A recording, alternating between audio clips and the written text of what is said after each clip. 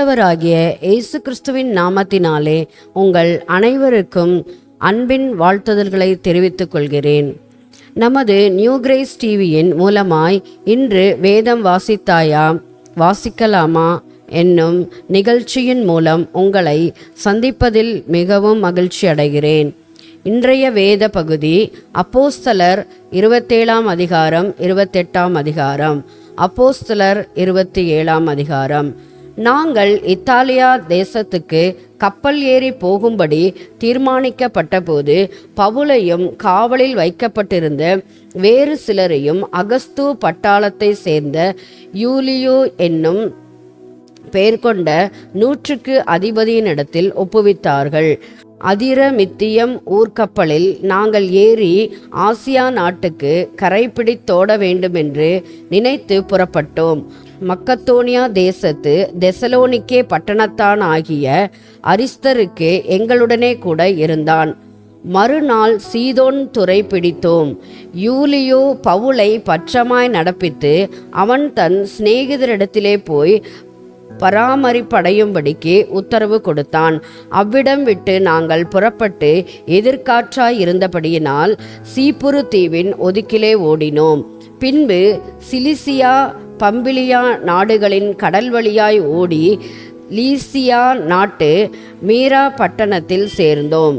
இத்தாலியாவுக்கு போகிற அலெக்சாந்திரியா பட்டணத்து கப்பலை 100க்கு அதிபதி அங்கே கண்டு எங்களை அதில் ஏற்றினான். காற்று எங்களை தடுத்தபடியினாலே நாங்கள் அநேக நாள் மெதுவாய் சென்று வருத்தத்தோடு கினிது பட்டணத்திற்கு எதிரே வந்து சல்மோனே ஊருக்கு எதிராய் கிரேத்தா தீவின் ஒதுக்கில் ஓடினோம். அதை வருத்தத்தோடே கடந்து நல்ல துறைமுகம் எனப்பட்ட ஒரு இடத்திற்கு வந்தோம். லசேயா பட்டணம் அதற்கு சமீபமாயிருந்தது.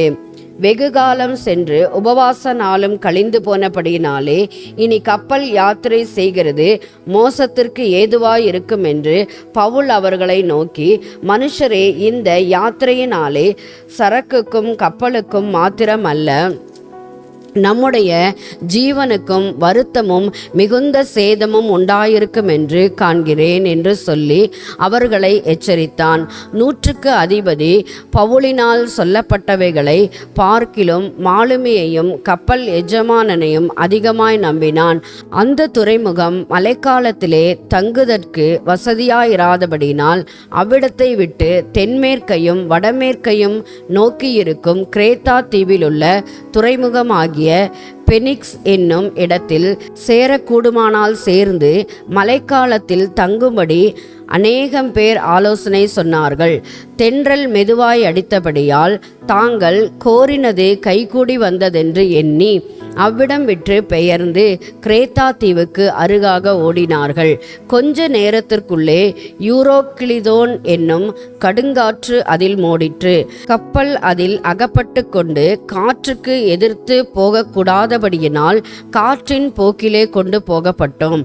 அப்படி கிளவுதா எனப்பட்ட ஒரு சின்ன தீவின் ஒதுக்கிலே ஓடுகையில் வெகு வருத்தத்தோடே படவை வசப்படுத்தினோம். அதை அவர்கள் தூக்கி எடுத்த பின்பு பல உபாயங்கள் செய்து கப்பலை சுற்றி கட்டி சொறி மணலிலே விழுவோம் என்று பயந்து பாய்களை இறக்கி இவ்விதமாய் கொண்டு போகப்பட்டார்கள். மேலும் பெருங்காற்று மழையில் நாங்கள் மிகவும் அடிபட்டபடியினால் மறுநாளில் சில சரக்குகளை கடலில் எறிந்தார்கள். 3ஆம் நாளிலே கப்பலின் தளவாடங்களை எங்கள் கைகளினால் எடுத்து எறிந்தோம். அநேக நாளாய் சூரியனாவது நட்சத்திரங்களாவது காணப்படாமல் மிகுந்த பெருங்காற்று மழையும் அடித்து கொண்டிருந்தபடியினால் இனி தப்பி பிழைப்போம் என்னும் நம்பிக்கை முழுமையும் அற்று போயிற்று. அநேக நாள் அவர்கள் போஜனம் பண்ணாமல் இருந்தபோது பவுல் அவர்கள் நடுவில் நின்று, மனுஷரே, இந்த வருத்தமும் சேதமும் வராதபடிக்கு என் சொல்லை கேட்டு கிரேத்தா தீவை விட்டு புறப்படாமல் இருக்க வேண்டியதாயிருந்தது. ஆகிலும் திடமனதாயிருங்கள் என்று இப்பொழுது உங்களுக்கு தைரியம் தைரியம் சொல்லுகிறேன், கப்பல் சேதமே அல்லாமல் உங்களில் ஒருவனுக்கும் பிராண சேதம் வராது. ஏனென்றால் என்னை ஆட்கொண்டவரும் நான் சேவிக்கிறவருமான தேவனுடைய தூதனானவன் இந்த ராத்திரியிலே என்னிடத்தில் வந்து நின்று, பவுலே, பயப்படாதே, நீ ராயனுக்கு முன்பாக நிற்க வேண்டும். இதோ உன்னுடனே கூட யாத்திரை பண்ணுகிற யாவரையும் தேவன் உனக்கு தயவு பண்ணினார் என்றான். ஆனபடியினால் மனுஷரே, திடமனதாயிருங்கள், எனக்கு சொல்லப்பட்ட பிரகாரமாகவே நடக்கும் என்று தேவனிடத்தில் நம்பிக்கையாயிருக்கிறேன். ஆயினும் நாம் ஒரு தீவிலே விழவேண்டியதாயிருக்கும் என்றான். 14ஆம் ராத்திரி ஆனபோது நாங்கள் ஆதிரியா கடலிலே அலைவுபட்டு ஓடுகையில் நடுஜாமத்திலே கப்பலாட்களுக்கு ஒரு கரை கிட்டி வருகிறதாக தோன்றிற்று. உடனே அவர்கள் விழுதுவிட்டு 20 பாகமென்று கண்டார்கள். சற்று அப்புறம் போன பொழுது மறுபடியும் விழுதுவிட்டு 15 பாகமென்று கண்டார்கள். பாறை இடங்களில் விழுவோம் என்று பயந்து பின்னணியத்திலிருந்து 4 நங்கூரங்களை போட்டு பொழுது எப்போது விடியுமோ என்றிருந்தார்கள். அப்பொழுது கப்பலாட்கள் கப்பலை விட்டோடி போக வகை தேடி முன்னணியத்திலிருந்து நங்கூரங்களை போட போகிற பாவனையாய் படவை கடலில் இறக்குகையில் பவுல் 100க்கு அதிபதியையும் சேவகரையும் நோக்கி, இவர்கள் கப்பலில் இராவிட்டால் நீங்கள் தப்பி பிழைக்க மாட்டீர்கள் என்றான். அப்பொழுது போர் சேவகர் படவின் கயிறுகளை அறுத்து அதை தாழ விழவிட்டார்கள். பொழுது விடிகையில் எல்லோரும் போஜனம் பண்ணும்படி பவுல் அவர்களுக்கு தைரியம் சொல்லி, நீங்கள் இன்று 14 நாளாய் ஒன்றும் சாப்பிடாமல் பட்டினியாயிருக்கிறீர்கள். ஆகையால் போஜனம் பண்ணும்படி உங்களை வேண்டிக் கொள்ளுகிறேன். நீங்கள் தப்பி பிழைப்பதற்கு அது உதவியாயிருக்கும். உங்கள் தலையிலிருந்து ஒரு மயிரும் விழாது என்றான். இப்படி சொல்லி அப்பத்தை எடுத்து எல்லோருக்கும் முன்பாக தேவனை ஸ்தோத்தரித்து அதை பிட்டு புசிக்கத் தொடங்கினான். அப்பொழுது எல்லாரும் திடமனப்பட்டு புசித்தார்கள். கப்பலில் 276 பேர் இருந்தோம். திருப்தியாக புசித்த பின்பு அவர்கள் கோதுமையை கடலிலே எறிந்து கப்பலை லகுவாக்கினார்கள். பொழுது விடிந்த பின்பு இன்ன பூமி என்று அறியாதிருந்தார்கள். அப்பொழுது சமமான கரையுள்ள ஒரு துறைமுகம் அவர்களுக்கு தென்பட்டது. கூடுமானால் அதற்குள் கப்பலை ஓட்ட யோசனையாயிருந்து நங்கூரங்களை அறுத்து கடலிலே விட்டுவிட்டு சுக்கான்களுடைய கட்டுகளை தளரவிட்டு பெரும் பாயை காற்றுமுகமாய் விரித்து கரைக்கு நேராய் ஓடி இருபுறமும் கடல் மோதிய ஒரு இடத்திலே கப்பலை தட்ட வைத்தார்கள். முன்னணியம் ஊன்றி அசையாமல் இருந்தது. பின்னணியம் அலைகளுடைய பலத்தினால் உடைந்து போயிற்று. அப்பொழுது காவல் பண்ணப்பட்டவர்களில் ஒருவனும் நீந்தி ஓடி போகாதபடிக்கு அவர்களை கொன்று போட வேண்டுமென்று போர் சேவகர் யோசனையாயிருந்தார்கள். 100க்கு அதிபதி பவுலை காப்பாற்ற மனதாயிருந்து அவர்களுடைய யோசனையை தடுத்து நீந்தத்தக்கவர்கள் முந்தி கடலில் விழுந்து கரையேறவும் மற்றவர்களில் சிலர் பலகைகள் மேலும் சிலர் கப்பல் துண்டுகள் மேலும் போய் கரையேறவும் கட்டளையிட்டான். இவ்விதமாய் எல்லோரும் தப்பி கரை சேர்ந்தார்கள். அப்போஸ்தலர் 28ஆம் அதிகாரம். நாங்கள் தப்பி கரை சேர்ந்த பின்பு அந்த தீவின் பேர் மெலித்தா என்று அறிந்தோம். அந்நியராகிய அந்த தீவார் எங்களுக்கு பாராட்டின அன்பு கொஞ்சமல்ல. அந்த வேளையிலே பிடித்திருந்த மழைக்காகவும் குளிருக்காகவும் அவர்கள் நெருப்பை மூட்டி எங்கள் அனைவரையும் சேர்த்து கொண்டார்கள். பவுல் சில விறகுகளை வாரி அந்த நெருப்பின் மேல் போடுகையில் ஒரு விரியன் பாம்பு அனலுரைத்து புறப்பட்டு அவனுடைய கையை கவி கொண்டது. விஷப்பூச்சி அவன் கையிலே தொங்குகிறதை அந்நியராகிய அந்த தீவார் கண்டபோது, இந்த மனுஷன் கொலைபாதகன், இதற்கு சந்தேகமில்லை, இவன் சமுத்திரத்திற்கு தப்பி வந்தும் பழியானது இவனை பிழைக்க ஒட்டவில்லை என்று தங்களுக்குள்ளே சொல்லிக் கொண்டார்கள். அவன் அந்த பூச்சியை தீயிலே உதறி போட்டு ஒரு தீங்கும் அடையாதிருந்தான். அவனுக்கு வீக்கங் கண்டு அல்லது அவன் சடுதியாய் விழுந்து சாவான் என்று என்று அவர்கள் பார்த்து கொண்டிருந்தார்கள்.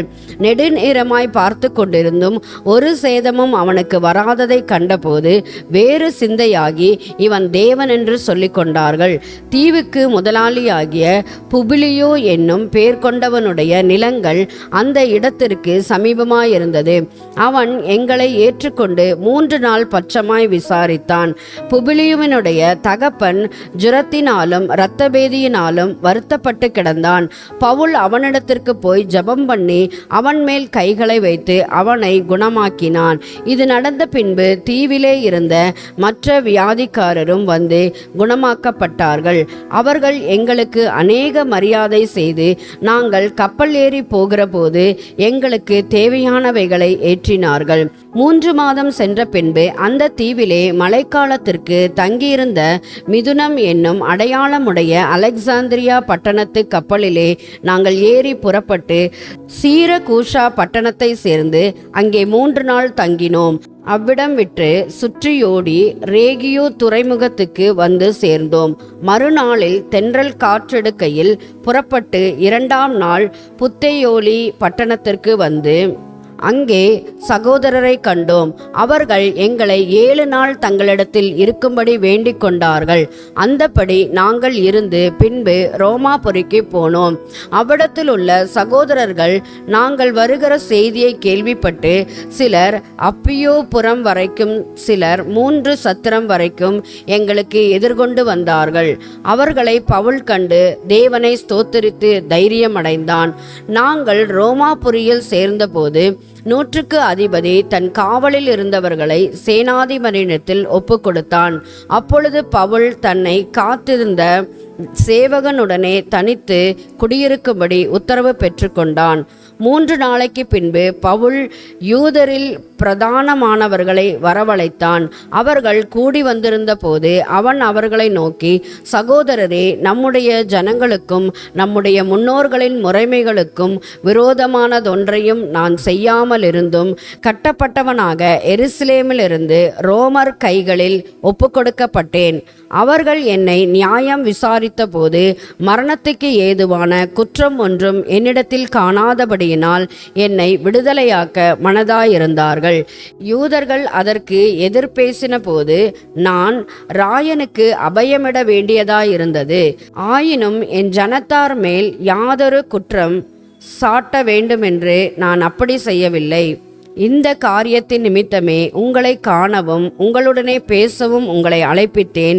இஸ்ரவேலுடைய நம்பிக்கைக்காகவே இந்த சங்கிலியால் கட்டப்பட்டிருக்கிறேன் என்றான். அதற்கு அவர்கள், உன்னை குறித்து யூதேயாவிலிருந்து எங்களுக்கு காகிதம் வரவும் இல்லை, வந்த சகோதரில் ஒருவனும் உன் பேரில் ஒரு பொல்லாங்கை அறிவித்ததும் இல்லை, அதை பற்றி பேசினதும் இல்லை.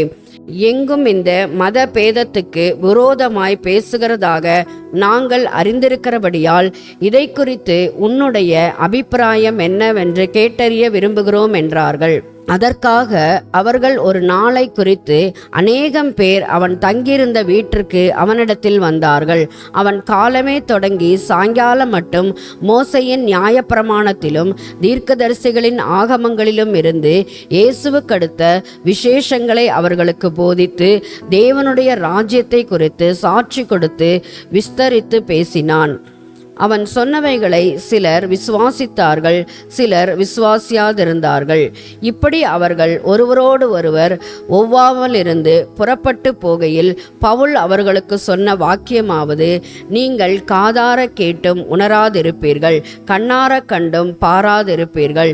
இவர்கள் கண்களினால் காணாமலும் காதுகளினால் கேளாமலும் இருதயத்தினால் உணர்ந்து குணப்படாமலும் நான் இவர்களை ஆரோக்கியமாக்காமலும் இருக்கும்படிக்கு இந்த ஜனத்தின் இருதயம் கொளுத்திருக்கிறது. காதுகளினால் மந்தமாய் கேட்டு தங்கள் கண்களை மூடிக்கொண்டார்கள் என்று இந்த ஜனத்திடத்தில் போய் சொல்லு என்பதை பரிசுத்த ஆவி ஏசாயா தீர்க்கதரிசியை கொண்டு நம்முடைய பிதாக்களுடனே நன்றாய் சொல்லியிருக்கிறார். ஆதலால் தேவனுடைய இரட்சிப்பு புறஜாதியாருக்கு அனுப்பப்பட்டிருக்கிறது என்றும் அவர்கள் அதற்கு செவிகொடுப்பார்கள் என்றும் உங்களுக்கு தெரிந்திருக்க கடவது என்றான். இப்படி அவன் சொன்ன பின்பு யூதர்கள் தங்களுக்குள்ளே மிகவும் தர்க்கம் பண்ணி கொண்டு போய்விட்டார்கள். பின்பு பவுல் தனக்காக வாடகைக்கு வாங்கியிருந்த வீட்டிலே 2 வருஷம் முழுவதும் தங்கி தன்னிடத்தில் வந்த யாவரையும் ஏற்றுக்கொண்டு மிகுந்த தைரியத்துடனே தடையில்லாமல் தேவனுடைய ராஜ்யத்தை குறித்து பிரசங்கித்து கர்த்தராகிய இயேசு கிறிஸ்துவை பற்றிய விசேஷங்களை உபதேசித்துக் கொண்டிருந்தான். வாசிக்கும்படியாய் தெரிந்து கொண்ட வேத பாடம் வாஸ்தாயிற்று. கர்த்தர் தாமே இந்த திருவார்த்தைகளை ஆசீர்வதிப்பாராக. ஆமேன்.